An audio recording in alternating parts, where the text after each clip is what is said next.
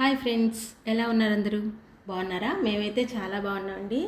ఈరోజు మా కొత్త ఇంటి గృహప్రవేశం అయిందండి. మా గృహప్రవేశం అయింది కదా, ఆ కొత్త ఇంట్లో మీకు మా దేవుడి గదిని పరిచయం చేద్దాం అనుకుంటున్నాను, చూపిద్దాం అనుకుంటున్నాను అండి.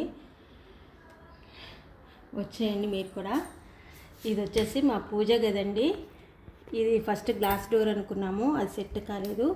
సో ఇలా ఒక వుడ్ కాంబినేషన్లో అయితే ఇలా తీసుకున్నాము.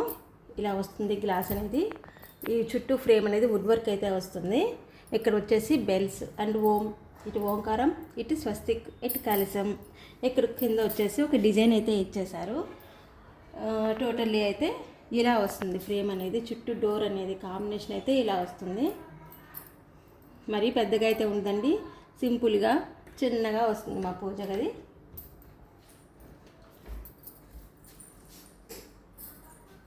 చూసేయండి. జస్ట్ ఇప్పుడే మా పూజ అయిపోయిందండి, కంప్లీట్ అయింది. ఒక ఆలోచన వచ్చింది, చేద్దాంలే ఒక దేవుడి గదిని టూర్ చేద్దామని చెప్పేసి ఇప్పుడు అనుకొని చేస్తున్నాము. ఏమైనా మిస్టేక్స్ ఉంటే ఏమి అనుకోవద్దు. చూడండి, మా ఏడుకొండలవాడు వెంకటేశ్వర స్వామి చాలా బాగున్నారు కదా. చాలా పెద్ద ఫ్రేమ్ కావాలని చెప్పేసి అలా తీసుకున్నాము.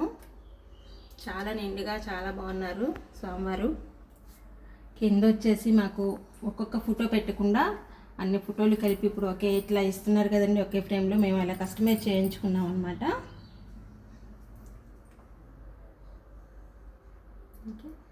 పైన చిన్న షాండీ రోడ్ పెట్టుకున్నామండి సింపుల్గా. కింద వచ్చేసి స్టోరేజ్ పెట్టుకున్నాము. మాకు ప్రసాదం కౌంటర్ అనేది రాలేదు, చూపిస్తాను. ఇక్కడ వచ్చేసి పసుపు, కుంకుమ, ఆవు నెయ్యి, నువ్వుల నూనె, అలా అన్ని ఒత్తులు, అగరబత్తి అన్నీ ఇలా సెట్ చేసుకున్నాం అనమాట.